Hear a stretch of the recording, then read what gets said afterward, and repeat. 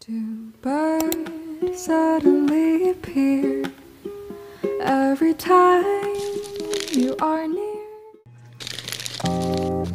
Through drought and famine, natural disasters, my baby has been around for me. Kingdoms are falling, angels be calling. None of that could ever make me leave, yeah. Every time I look into your eyes, I see it. You're all I need, yeah. Every time I get a bit inside, I feel it. Oh, daylight, I wake up feeling like you won't play right.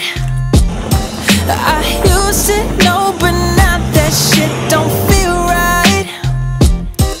You made me put away my pride. Yeah, yeah, yeah. So long, you made a play away for some. So long, you made it hard for a boy like that to go wrong. I'm wishing I could make this mine. Ooh, if you want it, you can have it. Yeah. If you need it, yeah, we can make it alright. If you want it, said you can have it, but stay woke. Creepers creeping, said they gon' find you, they gon' catch you sleeping. Ooh, but stay woke. Creepers creeping, yeah, yeah. So don't you close your eyes, yeah, yeah. Ooh,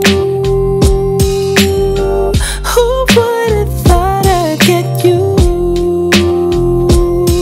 Oh yeah, baby. Who would've thought I'd get you?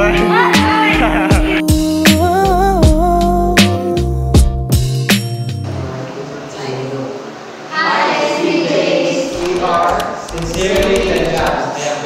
I am Aljo, I am Miguel, and we are Sincerely the Gems. And today we're going to have a very wonderful content in this video. So we have our guests coming from different YouTube channels. So starting off, Madayon with. My name is Charlene from Vibe 7. Hi, I'm Catherine from Sage 5. Hi, I'm Cecil from Japanto Explorer. Hello everyone, I'm Casey from Synergy Vlog. Hi, I'm Justin from Digital Everyday. And we are so honored to be kailangan mo deliver sa mo ang vlog, no? So we are mo, and also we welcome mo sa Sincerely the Gems.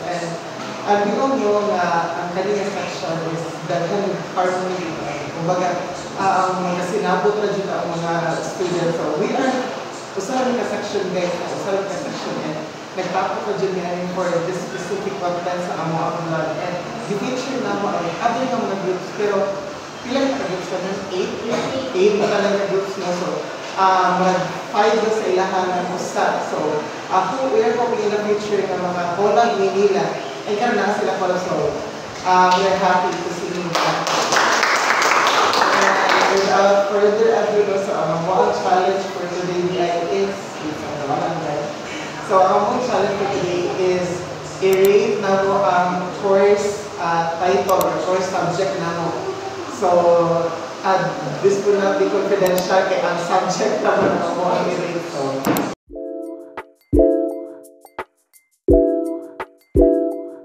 ang i-rate is ang subject class alone. So the rules will be First, carry, may mga isa na specific subjects. So we have 8 subjects in total. 6 ka subjects ang mga carry today. And pasunod ni anak niya respectively. So i-rate na mga subject 1, ang pinakagamay, ang pinakataas is 5. Okay? Then every member or every participant should have their own opinion sa anong subjects. Cover na tayo sa drill ana, di ba, sa pag-rate sa subject. So, without further ado, let's jump in sa ang content. First na subject is Agri 15 or Introduction to Water Management and Irrigation. Sige, let's start off with Justin. Clear point. One kay solving.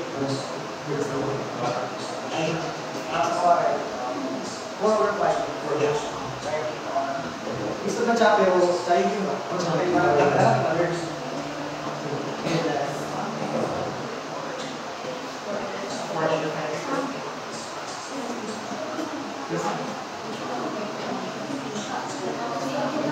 Ika na ika.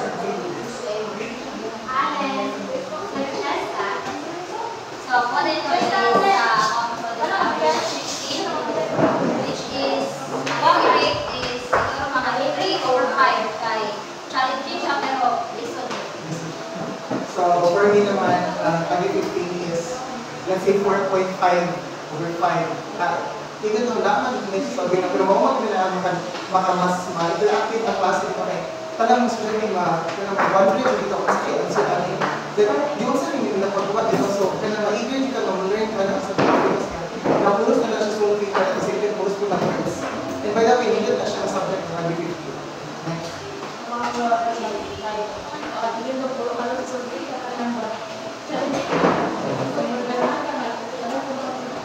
Especially ganun ka numbers. Ako kay 2/5 kay kung hindi ko lang kailangan ng It's okay. Let's go down. So, dili ka bubog makasa siya. Nag-isul lang sa siguro tao kaya ng pag-adapt kung saan ang ilang mag-solve. Mati na ito nag-isul eh. Hindi na mawala ng mag-isul tayo ng bubog. Pagkatilig na ng example ng mga problem. So, alam ko, ako lang hindi ko na natin ito. Makaya na ito. Next.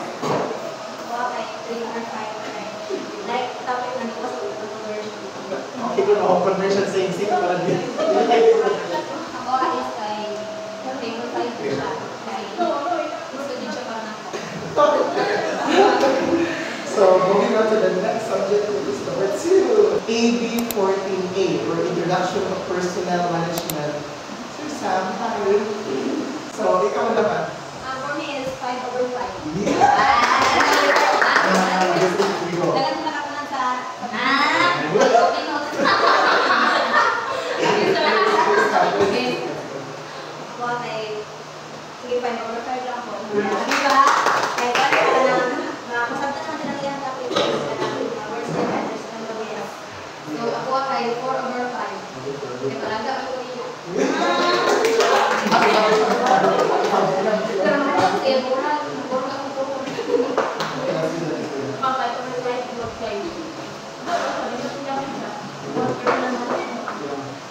For me naman, 5/5 is the same. Kahit ka na, kasi nag-aaral ito, may tagaan ng chats, Mr. na, learning na kung hindi ka kahit most of the report na yan, kita ka mahandog sa sa specific lesson, kung ba tagaan ng class na, di lang sa teacher na rin. Kanang di alam din na makatuta in or already, pero at the same time, ginagay na mapunta ni Sir O. Ang ako kasi, pero lesson siya sa subject din, it's all about kung saan mag-organize ng mga tao, or even though sa mga classroom or sa mga kalan, magamit din rin yung subject ng personal management. Ikaw? So ako kay 5/5 na po by para sa ko is hindi man siguro lang sa atin is man pero ang alam sa atin is ano ko nga hindi ka sa teacher kailangan ko hindi na mga sa atin kay sa atin ko sa atin ko mag-reward din na kung para ako hindi na mo sa imo i-answer ba so okay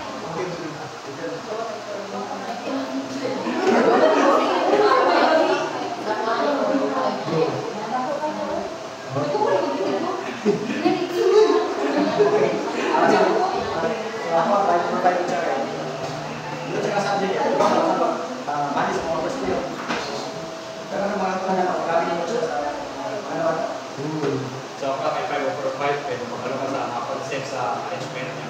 Gamit mo siya sa, pwede siya sa iwan sa mata, sa pilahan. Tika siya kaya nga scale. So, Okay, so moving on to the third subject, what are the three? Next is we have AB15, Introduction to Project Feasibility or Project Benefit Monitoring Evaluation. Hi, sir. Sorry. 4/5 kay 1. Isod siya kaya sa 1 ka ng like, pag-ubra sa sa visibility. Pero kung pala kayo, magkabalo lang ako sa pag-ubra ba nga like magamit mo sa the future ito nga yung mga inanong na project. So, ano siya ko? So, sa ako 3/5 kay kung lisod, sa'yo, nanginit siya nga topic, subject, pero ako ano yung dito, lisod na ito ano, Papers mo. Pero kita ka naman. Ako ay Next, ikaw, please. So, ako kay 3/5 po kay ang hindi ko ba lang so pero budget yung choice kay 1 task lang Pero mo kailan nakalilot mo kayo, itagaan nag-challenge mo lang, mas mga katong pag-hit dito, pinahagyan na ng mga subjects. Ako naman, I would rate 5/5. Actually, ganahan din po okay na project proposal. So, wala na akong forte in which nga na mga mas alam na ko nga maghilig ng mga paperwork and at the same time mga mas solving, especially sa financials na which is masatisfied ko na itong humanali mo of the whole na chapter because in yung time. Pero sa karon sa feasibility study, wala pa dyan din kasi good. And kana at the same time, di alam naman niya kung hindi nga mo learn sa upang only, di ba? So, pinalaki sa project proposal, which is individual po na mas ma-enhance na mo ang imuha, ang imuha itong language and at the same time, ang imong grammar, at the same time, ginatuduhan ka sa minister na kung saan mo over ang grammar, di ba? Last klase na ito, ginatuduhan ka sa mga grammar. Next is yung subject English nga, tagaan pa ito niya o maayon na educational points dito outside lang sa project proposal. Ako kay 3/5 kay bisod mo din siya usually ko ang project proposal like individual mo dito magamit na dapat siya in future. so ako kay 4/5 ganahan sa to kay yung subject kay about sa business kay ganahan dito siya business sa medyo listen ko siya ako dito friend kay kailangan na ay project proposal individual pero kailangan challenging ko to kay hindi mo makakonsulti kasi mga hindi na ko kaya kailangan hindi mo kayo kay dapat makapas na rin Makapasok na. Kita talaga naghandong tayo na makapasok sa project proposal, di ba? Yeah. So ako kay 4/5 and ano siya siguro ang 1 year ay napunta sa lisod sa mga inubas tapos last oras ko. So for me is 4/5 medyo lisod siya although nag-make mga paperworks na ginabuhat pero challenging siya.